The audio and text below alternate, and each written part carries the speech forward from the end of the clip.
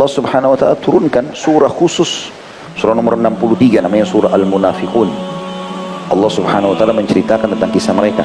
Ada dua surah yang sangat kental membahas tentang kisah orang-orang munafik, Al-Munafiqun sendiri dan juga surah At-Taubah.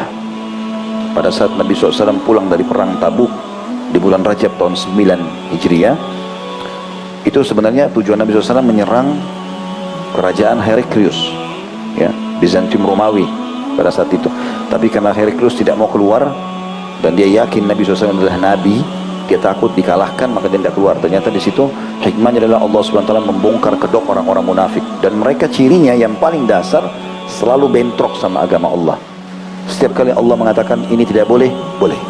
Setiap kali agama Allah mengatakan boleh, dia mengatakan tidak boleh. Pokoknya dia bentrok dengan agama Allah, tapi dia menggunakan baju kita, menggunakan lisan kita, sholat bersama kita, gitu kan. Contoh banyak sekali masalah itu. Di perang Tabuk, saya bicara misalnya perang Tabuk itu paling banyak membongkar tentang kedok mereka, dan surah At-Taubah menjelaskan. Kalau tidak salah mulai dari ayat 40-an sampai ayat 90-an. Lebih malah, hampir sampai ayat 100-an. Saya, kalau teman-teman kembali ke ceramah saya di YouTube tentang perang Tabuk, akan banyak sekali saya ungkapkan masalah itu. Tapi saya coba kasih garis besarnya ya. Di antaranya pada saat Nabi SAW mengajak, ya, muslimin, dan wajib waktu itu mereka ikut perang Tabuk. Tidak boleh ada laki-laki yang sehat, sudah balik, tidak punya udzur yang tinggal. Semua harus pergi. Maka Nabi SAW sempat menunjuk Ali bin Abi Thalib radhiyallahu anhu menjadi pengganti beliau di Madinah. Karena tidak mungkin semua orang keluar, harus ada pengganti Nabi sebagai pemimpin. Maka Ali bin Abi Thalib menjadi pemimpin. Langsung pada saat itu spontan orang-orang munafik yang tidak pergi ikut perang menyebarkan isu, oh, Ali nggak diajak sama Nabi karena dia pengecut. Coba dia pemberani, pasti dia diajak di saat pertama. Isu nyakitin orang beriman. Maka Ali bin Abi Thalib dengar gosip itu di Madinah. Ini bayangkan di zaman Nabi ya, mereka lakukan itu. Nanti kita tarik ke realita kita kehidupan sekarang. Antum akan temukan banyak sekali di sekitar kita ini, ya. Mudah-mudahan di sekitar antum tidak ada di majelis ini. Jadi subhanallah, pada saat itu mereka sebarkan isu itu. Ali bin Abi Thalib terganggu dengan isu itu karena dia sekarang menjadi pemimpin, pengganti Nabi. Karena dia terganggu, dia pakai baju perang, dia susul pasukan. Tengah jalan ketemu dengan pasukan muslimin. Kata Nabi SAW, wahai Ali, apa yang membuatmu pergi sini? Saya akan amanahkan kau jaga Madinah. Ya Rasulullah, orang-orang munafik menyebarkan isu kalau saya pengecut. Itu bukan sifat saya, gitu kan. Kata Nabi SAW, wahai Ali, apakah kau tidak ingin posisimu seperti Harun dari Musa? Pada saat Musa alaihissalam pergi menerima kitab Taurat 40 hari di Tursina, maka yang menggantikan di kaumnya adalah Harun, saudaranya. Posisimu seperti Harun. Ulanglah dan jangan peduli perkataan mereka. Makanya kembalilah Ali memimpin tanpa mempedulikan lagi perkataan orang munafik. Itu contoh saja. Beberapa hal yang terjadi itu ya.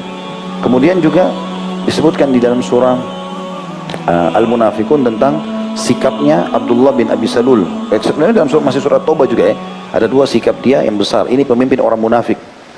Abdullah bin Abi Salul ini, dia waktu lihat pasukan muslimin keluar, semuanya semangat ingin berjihad. Terkumpul pasukan waktu itu sekitar 30.000 orang. Belum pernah ada pasukan muslim sebesar itu di perang Tabuk. Karena Mekah sudah takluk, waktu itu suku Hawazim sudah kalah, banyak yang masuk Islam dan seterusnya. Intinya pergilah pasukan ke sana, banyak. Orang munafik ini dia ingin mengurangi kekuatan umat Islam. Karena dia punya kedudukan di suku Khazraj, sukunya dia, Abdullah bin Abi Salul ini, wa na'udzubillah, kepala munafik. Dia bilang, saya juga akan keluar. Yang merasa suku saya berkumpul sama saya akan biayai, saya akan begini dan begitu. Banyak orang-orang gabung sama dia juga. Pada saat gabung, dia tunggu. Dia bilang, tunggu sebentar, biar pasukan jalan, kita tunggu, kita paling terakhir di belakang. Dengan kalimat-kalimat yang bohong, kita akan menjaga pasukan, kita akan begini, motivasi orang. Begitu pasukan sudah jalan, dia bilang, lihat pohon-pohon kurma kalian. Kebetulan waktu itu perang Tabuk ini 2-3 hari lagi mereka akan panen kurma, dan itu sumber pendapatan utama penduduk Madinah. Allah SWT lagi sedang menguji keimanan mereka. Maka Abdullah bin Salul balik ke pohon-pohon kurma mengatakan, lihat pohon-pohon kurma kalian, 2-3 hari lagi berbuah, panen. Kita panen saja dulu, baru kita nyusul pasukan. Dan sekarang juga lagi panas, maka lebih baik kita tidak usah ikut. Ada di antara mereka yang termakan dengan isunya orang ini. Jadi hanya untuk mengurangi jumlah pasukan muslimin, ya. Terjadi juga pada saat itu kisah tentang hilangnya unta Nabi SAW. Ini pernah saya ceritakan ya, bagaimana unta Nabi SAW pada saat pulang dari perang Tabuk hilang. Lalu Nabi SAW bilang, unta saya hilang, carilah. Ada orang munafik rupanya, waktu Abdullah bin Abi Salul tidak ikut di pasukan muslimin, dia sisipkan berapa orang masuk untuk memata-matai muslimin. Ini di zaman Nabi loh ya, Nabi hidup, mereka buat begitu. Namanya Abdullah. Ini luar biasa. Jadi jangan heran kalau namanya sekarang nama-nama Islam, tapi lisannya luar biasa benci dengan Islam. Banyak di medsos. Ya. Kalau di zaman Umar banyak hilang lehernya. Maka yang terjadi, ada orang munafik sengaja ikut, dia bilang, masa ini orang ngaku Nabi, untanya hilang, nggak tahu di mana. Rupanya orang ini bicara di satu kemah, sebelahnya ada kemahnya Nabi. Dia sengaja bilang di kemah sebelah, pemilik kemah ini lagi hadir bersama Nabi. Kata Nabi SAW, kenapa ada sebagian orang bicara ya di antara kalian? Nabi nggak sebutin namanya. Salah satu adab dan akhlak Nabi, Nabi nggak mau bongkar siapa orangnya. Nabi cuma bilang, kenapa ada orang di antara kalian yang berkata, ini Nabi tapi nggak tahu untanya hilang di mana? Ketahuilah aku ini manusia biasa. Hanya kalau wahyu datang kepadaku baru aku sampaikan, dan ketahuilah sekarang wahyu turun kepadaku kalau untaku ada di lembah itu. Lembah disebutkan nama lembahnya, tapi dalam hadis ini cuma dikatakan lembah itu talinya sedang terikat di tali untaku sedang terikat di satu pohon, ambillah dia. Sahabat cari, ditemukan betul. Pemilik kemah ini pulang ke kemahnya, lalu dia bilang sama teman-teman di kemah, kenapa tadi Rasulullah SAW bilang begini ya? Katanya ada di antara kita yang mengatakan ini Nabi tapi nggak tahu untanya di mana. Teman-temannya di situ bilang, tahu siapa yang bilang itu? Kata dia, tidak, ini orangnya ini. Lalu pemilik kemah itu gebukin orang itu. Orang munafik. Pokoknya apa saja yang bisa membuat orang ragu dengan Islam, ragu dengan Rasulullah, supaya orang minimal tertunda beramal soleh, begitu. Aneh-aneh saja. Aneh-aneh. Begitu juga dengan kisah, ada mata air, namanya atau disilakan dengan wishal. Wishal itu saya jelaskan dalam kisah perang Tabuk. Beberapa kejadian besar terjadi pada saat Nabi SAW pulang dari perang Tabuk. Jadi Nabi SAW bilang kepada pasukan untuk pulang dari Tabuk, nanti kita akan lewatin sebuah mata air, wishal diistilahkan begitu. Wasiat saya, jangan ada yang minum, jangan ada yang menyentuh sampai saya datang. Disebarkan ke seluruh pasukan. Semua sahabat dengar, baik, kita tunggu saja sampai tiba mata air baru kita minum. Apa yang terjadi? Rupanya di pasukan muslim kan ada nyelip beberapa orang munafik. Mereka dengar itu, mereka sengaja duluan ke sana. Coba ingat, tiba di mata air mereka sengaja minum. Masa sih itu? Kayak nggak masuk akal, nggak boleh sentuh, diminum-minum air sama dia. Akhirnya mata air itu berhenti. Waktu mereka minum berhenti, nggak ada airnya. Tiba Nabi SAW dengan pasukan di situ. Lalu Nabi SAW melihat, Nabi mengatakan, semoga Allah melaknat mereka. Andai saja mereka mematuhi perintahku, maka di sini akan ada mata air yang akan menjadi lautan luas, memenuhi semua kebutuhan jazirah Arab. Lalu Nabi SAW berdoa, lalu meludahi arah mata air tadi. Tapi ini ludah Nabi, ya.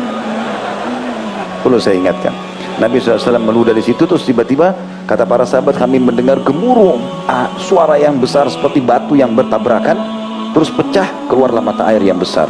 Kata Nabi SAW, ketahuilah, andai saja mereka tidak melakukan tadi, melanggar perintahku, ini akan menjadi lautan yang luas di Jazirah Arab. Dan hari ini, sampai hari ini, di wilayah Tabuk, seluruh perkebunan, bahkan seluruh kota Tabuk, itu dikatakan, yang saya dapat kisahnya, itu terariri dari mata air wishal ini. Artinya, itu saja sudah cukup memenuhi Tabuk, apalagi kalau dibiarkan gitu ya. Begitu juga dengan kisah tentang Aqabah. Aqabah itu waktu perang dari Tabuk, ini semua diceritakan dalam surah At-Taubah ya. Saya sudah jelaskan di Sirah Nabawi. Jadi waktu Nabi SAW mau pulang ke Madinah, beliau melihat pasukan jalan dan harus dipantau pasukan karena tidak ada pengeras suara zaman dulu. Nggak ada, kita harus pantau di belakang, ayo lurus, jangan terpisah, gitu kan. Maka Nabi SAW mengajak Ammar bin Yasir dan Hudzaifah bin Yaman radhiyallahu anhuma, dua orang sahabat yang mulia, dipanggil, disuruh naik temani Nabi di atas Aqabah. Rupanya disitulah ketahuan berapa jumlah orang munafik. Waktu mau pulang ke Madinah, kurang lebih 14 orang mereka. Lalu mereka menutup wajah mereka dengan kain-kain wajah. Lalu mereka mengatakan, waktu lihat Nabi SAW di atas bukit Aqabah namanya, Nabi lagi mantau pasukan. Kalau ada yang agak miring, ada yang jauh, ada yang keluar, kelihatan dari atas gunung itu. Maka mereka bilang satu sama lain, kalian tidak akan mendapatkan kesempatan membunuh orang ini, ya, lebih bagus daripada waktu ini. Ini Nabi mau dibunuh. Bayangin aja, kalau cuma zaman sekarang ulama dai itu kecil, Nabi mereka mau bunuh zaman itu, gitu kan. Maka Nabi SAW tapi tidak bicara apa-apa. Nabi dapat wahyu kalau mereka akan bunuh. 14 orang ini langsung naik ke Aqabah. Kata Ammar bin Yasir dan Hudzaifah bin Yaman radhiyallahu anhuma, Kami mengira mereka adalah orang-orang yang Nabi larang, karena Nabi bilang, saya akan naik ke Aqabah, ke gunung tinggi itu, jangan ada yang ikut ya, kecuali Ammar dan Hudzaifah. Jadi mereka bilang berdua, kami kira mereka ini hanya orang-orang yang tidak mau dengar perintah Nabi, lalu tetap mau naik gitu loh. Lalu kami mengusir mereka dengan pedang, lalu mereka lari. Tapi kami melihat di wajah Nabi, raut wajahnya berubah total dan sangat marah. Yang belum pernah, kata Hudzaifah, aku melihat Nabi SAW marah seperti itu. Lalu kata Nabi SAW, hai Hudzaifah, apa kau tahu siapa mereka? Tidak ya Rasulullah, mereka adalah 14 orang dari suku Tamim pada saat itu, dari kaum munafikin, namanya fulan, fulan, fulan, fulan. Nabi sebutin satu persatu nama-nama mereka. Ketahuilah mereka semua berusaha untuk membunuhku.